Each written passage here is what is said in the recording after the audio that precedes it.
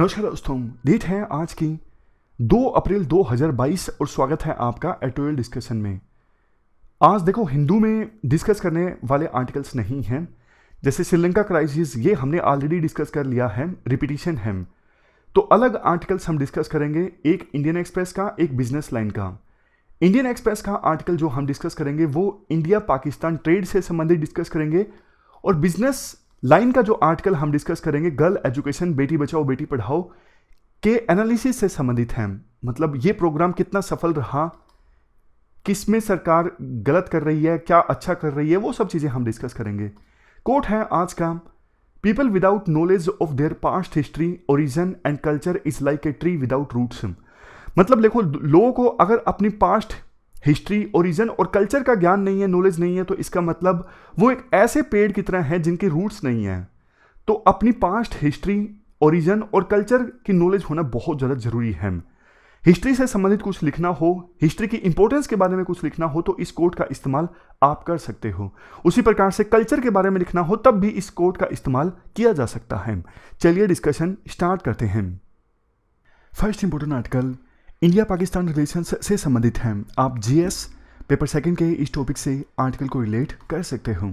क्या कंटेस्ट है? देखो, इंडिया और पाकिस्तान के रिलेशंस के लिहाज से देखें तो ये जो महीना है, मतलब मार्च का जो महीना है, वो काफ़ी ज़्यादा एनकरेजिंग रहा। कैसे? इंडिया की तरफ से एक मिसाइल मिसफायरिंग का इंसिडेंट हुआ, लेकिन इस इंसिडेंट को दोनों देशों ने काफ़ी मैच्योर ढंग से हैंडल किया। इसके अलावा एक इंडियन ट्रेडर ने उज्बेकिस्तान में शुगर के कंसाइनमेंट को सेंड किया वाया पाकिस्तान, यानी पाकिस्तान होते हुए। और सबसे लास्ट में पाकिस्तान के फिलहाल के प्रधानमंत्री, पता नहीं कितने समय तक रहेंगे, अभी के प्रधानमंत्री इमरान खान ने इंडिया की इंडिपेंडेंट फॉरेन पॉलिसी की तारीफ की। जैसे कि देखो, वेस्ट के प्रेशर के बावजूद इंडिया रशिया के साथ अपने रिलेशंस को कट करने के लिए तैयार नहीं है, रशिया से ऑयल इंपोर्ट को कम करने के लिए तैयार नहीं है। तो ये है इंडिया की इंडिपेंडेंट फॉरेन पॉलिसी जिसकी पाकिस्तान के प्रधानमंत्री ने तारीफ की। तो बात वही है, मार्च का जो महीना है वो इंडिया पाकिस्तान रिलेशंस के हिसाब से अच्छा रहा। लेकिन देखो, इसी के साथ इंडिया के सामने एक फेमस डायलेमा आ जाता है। क्या हम ये माने कि पाकिस्तान अब इंडिया के साथ रिलेशंस को नॉर्मलाइज करने के लिए तैयार है, या फिर ये हम माने कि पाकिस्तान कभी नहीं सुधरने वाला है और ये जो चीज़ें हैं ये पाकिस्तान की तरफ से सिग्नल नहीं है। मतलब इंडिया की रणनीति क्या होनी चाहिए फिलहाल के समय में? देखो, जब अटल बिहारी वाजपेयी भारत के प्रधानमंत्री थे और इवन डॉक्टर मनमोहन सिंह भारत के प्रधानमंत्री थे, तो दोनों प्रधानमंत्रियों की सोच ना ये थी, अगर इकोनॉमिक इंटरडिपेंडेंस इंडिया और पाकिस्तान के बीच में बढ़ती है, इकोनॉमिक इंटरडिपेंडेंस मतलब व्यापार बढ़ता है, इंडिया काफ़ी कुछ पाकिस्तान से इंपोर्ट एक्सपोर्ट करता है और वाइस वर्सा पाकिस्तान भी, तो फिर बॉर्डर जो हैं दोनों देशों के बीच सॉफ्ट होने स्टार्ट हो जाएंगे। बॉर्डर के सॉफ्ट होने से मतलब है लोगों का आना जाना आसान हो जाएगा, पीपल टू पीपल एक्सचेंज आसान हो जाएगा। बट देखो, ऐसा हुआ नहीं। आज पाकिस्तान और इंडिया जितने कम कनेक्टेड हैं उतने कम कनेक्टेड तो कभी भी नहीं रहे। ऐसा लगता है दोनों देशों के रिलेशंस को आगे ले जाने वाली जो गाड़ी है ना, उसका फ्यूल ही खत्म हो गया है। वर्ल्ड बैंक ये कहता है इंडिया और पाकिस्तान के बीच ट्रेड का पोटेंशियल है $37 बिलियन से, और एक्चुअल में 2017-18 में ट्रेड कितना हुआ? सिर्फ और सिर्फ $2.4 बिलियन से। और देखो, कोविड के बाद और इंडिया और पाकिस्तान के बीच टेंशंस क्रिएट हुई थी, आपको पता है, पुलवामा अटैक के बाद। उसके बाद तो ट्रेड जो है वो रह गया है सिर्फ $400 मिलियन से। ट्रेड के कम होने की वजह से देखो, सिर्फ पाकिस्तान को ही नुकसान नहीं होता, इंडिया को भी नुकसान होता है कि पाकिस्तान की फॉर्म में एक मार्केट है इंडिया के लिए, और पाकिस्तान को भी नुकसान होता है। पाकिस्तान को नुकसान ऐसे होता है, जैसे देखो, उन्हें कॉटन चाहिए उनकी टेक्सटाइल इंडस्ट्री के लिए, इंडिया के पास कॉटन है लेकिन वो डायरेक्ट मंगा नहीं सकते। बहुत बार तो ऐसा होता है कि इंडिया से पहले कॉटन जाता है दुबई में और दुबई से आता है पाकिस्तान में। तो पाकिस्तान के ट्रेडर्स को सोच के देखिए कितना नुकसान होता है। एक तो ट्रांसपोर्ट का खर्चा इतना ज़्यादा बढ़ गया, पहले दुबई गया, दुबई से पाकिस्तान में आया। दूसरा देखो, फिर दुबई के ट्रेडर्स जो हैं बहुत बार कमीशन भी तो खाते हैं ना, उनके लिए कॉटन का खर्चा बढ़ जाता है, इसलिए कपड़े प्रोड्यूस करना महंगा रहता है वहां पे। ऐसे अनेकों फायदे हैं। जैसे पाकिस्तान को शुगर चाहिए, शुगर इंडिया दे सकता है, लेकिन डायरेक्टली पाकिस्तान मंगवा नहीं सकता, इसलिए इन्फ्लेशन भी रहती है, वहां की जनता को भी नुकसान होता है। इसलिए देखो, ट्रेड अगर इंप्रूव होता है ना तो दोनों देशों को फायदा है। लेकिन इंफ्रास्ट्रक्चर भी नहीं डेवलप हुआ है पिछले 10 सालों में बॉर्डर पर। अब सिचुएशन ही खराब है तो क्या ही करेंगे इंफ्रास्ट्रक्चर डेवलप करके। जैसे देखो, राइटर कहते हैं प्लान ये है 2025 आते आते इंडिया अपने पड़ोसी देशों के साथ 23 इंटीग्रेटेड चेक पोस्ट इस्टेब्लिश करेगा। लेकिन पाकिस्तान के साथ लगते बॉर्डर पर इन 23 में से एक भी इंटीग्रेटेड चेक पोस्ट इस्टेब्लिश करने का प्लान नहीं है। इंटीग्रेटेड चेक पोस्ट क्या होता है? ये देखो, लैंड बॉर्डर पर एंट्री और एग्जिट पॉइंट्स होते हैं। इन पॉइंट्स पर ना कई सारी फैसिलिटीज एक साथ अवेलेबल होती है, जैसे custom, immigration, border security, quarantine, ये सब एक ही छत के नीचे। आज के समय में देखो, डायरेक्ट ट्रैवल इंडिया और पाकिस्तान के बीच ऑलमोस्ट इम्पॉसिबल है। इवन महामारी से पहले ही ऐसा हो गया था, जैसा हमने डिस्कस किया। पुलवामा अटैक के बाद काफ़ी टेंशन्स बढ़ गई थी। और सार्क अभी ठंडे बस्ते में है, जो रीजनल ऑर्गेनाइजेशन है ना साउथ एशिया की, वो ठंडे बस्ते में है। इसके कारण मोटर व्हीकल एग्रीमेंट साइन होना था, वो नहीं हो उसका पाकिस्तान के साथ में।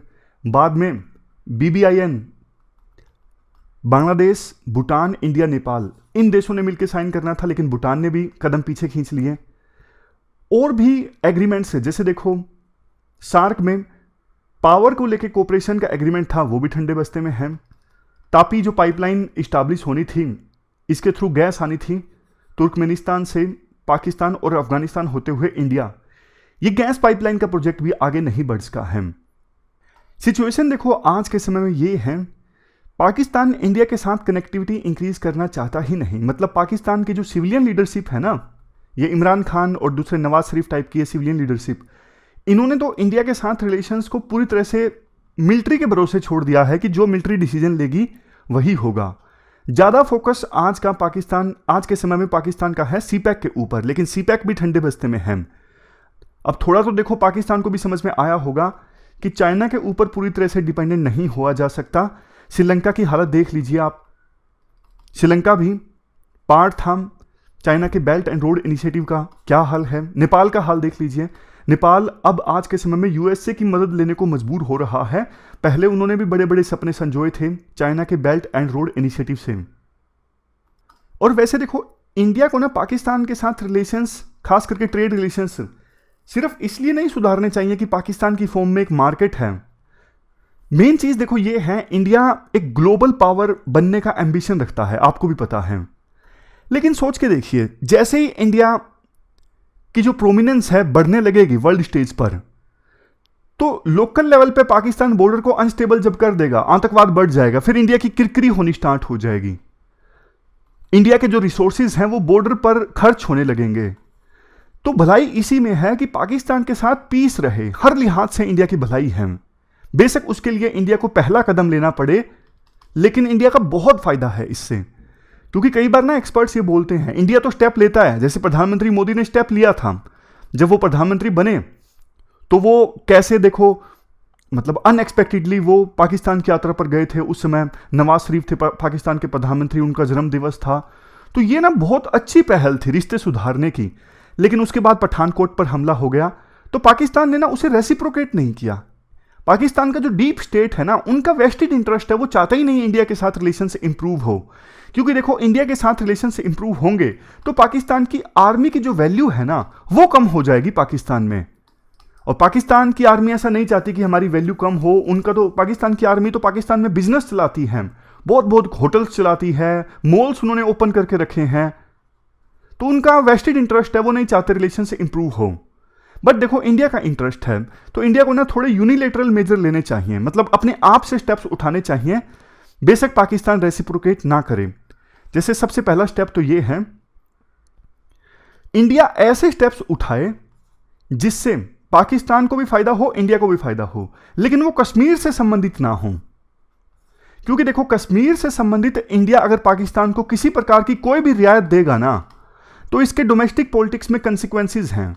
मतलब इसका यह है कि ओपोजिशन जो है वो सरकार को क्रिटिसाइज करने लगेगा और सरकार को यानी बीजेपी को इससे वोट बैंक पॉलिटिक्स में नुकसान होगा, इसलिए सरकार ऐसा कभी नहीं करेगी। तो ऐसे स्टेप उठाएं कश्मीर को छोड़ के जो दूसरे अलग हों, जिसको लेके ना अपोजिशन क्रिटिसाइज ना करे सरकार को। ऐसे स्टेप्स जैसे मैं आपको एग्जांपल देता हूं, गुजरात बॉर्डर पर कोई अगर पोस्ट इस्टेब्लिश कर दी जाती है ट्रेड करने के लिए, तो इतना क्रिटिसिज्म नहीं होगा सरकार का कि हाँ कश्मीर में आतंकवाद है, आप चेक पोस्ट खोल रहे हो। कश्मीर में अगर चेक पोस्ट खोली जाती है ना, उससे ज्यादा क्रिटिसिज्म होता है। समझ गए? मतलब ऐसे स्टेप्स उठाओ जिसका ज्यादा डोमेस्टिक क्रिटिसिज्म ना हो, डोमेस्टिकली ज्यादा चर्चा भी ना हो। दूसरा स्टेप इंडिया क्या उठा सकता है? ऐसे ऐसे स्टेप उठाओ जिससे पाकिस्तान की कुछ कंस्टिट्यूएंसीज को फायदा हो। जैसे देखो, पंजाब बॉर्डर पर अगर ट्रेड खुलता है तो पाकिस्तान पंजाब की साइड ना ट्रांसपोर्टेशन का काम चलेगा, लोगों को रोजगार मिलने लगेगा, जो ट्रेडर हैं उनको भी फायदा होगा। तो वो भी अपनी सरकार को बोलेंगे ना, अरे भैया ट्रेड करो इंडिया के साथ में।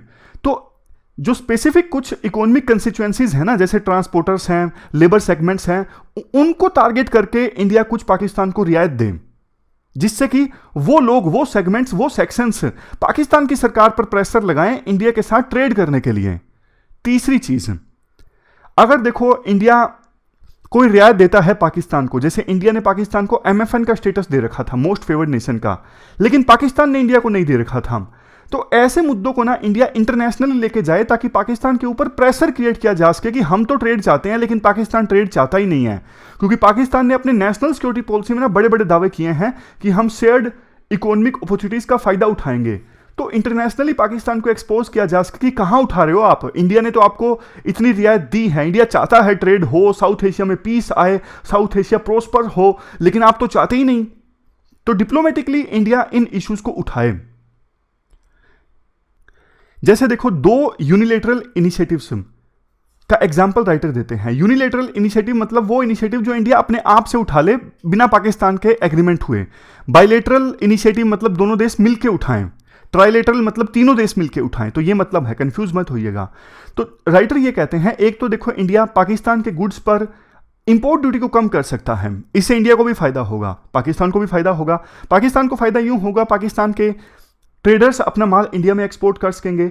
इंडिया को फायदा इसलिए होगा क्योंकि कुछ प्रोडक्ट्स ऐसे हैं जो इंडिया पाकिस्तान से इंपोर्ट करता है तो इंडिया के लिए भी सस्ता पड़ता है। तो इंडिया पाकिस्तान से इंपोर्ट होने वाले माल पर इंपोर्ट ड्यूटी को कम कर सकता है। दूसरा step, India cross border infrastructure को इंप्रूव कर सकता है। जैसे देखो, पाकिस्तान के साथ लगता जो इंफ्रास्ट्रक्चर है ना, लास्ट माइल कनेक्टिविटी, चाहे वो रोड हो, रेल हो, एयर नेटवर्क हो, गुजरात बॉर्डर पर, राजस्थान बॉर्डर पर, पंजाब बॉर्डर पर, इंडिया बॉर्डर इंफ्रास्ट्रक्चर को इंप्रूव कर सकता है। अब आपको लगेगा अरे ट्रेड ही नहीं हो रहा तो इंफ्रास्ट्रक्चर को इंप्रूव करके फायदा क्या है? तो राइटर इसके जवाब में बोलते हैं, भैया आज नहीं तो कल कभी तो ट्रेड होगा ना, तब वो इंटीग्रेटेड चेक पोस्ट काम आ जाएंगी, तब वो बॉर्डर इंफ्रास्ट्रक्चर काम आ जाएगा। तो इसलिए हुसैनीवाला, मुनाबाव और ये नाडाबेट और सुचेतगढ़, यहां पर इंडिया, ये सारी साइट्स हैं पाकिस्तान के साथ लगते बॉर्डर पर, तो यहां पे इंडिया इंटीग्रेटेड चेक पोस्ट को इस्टेब्लिश कर सकता है।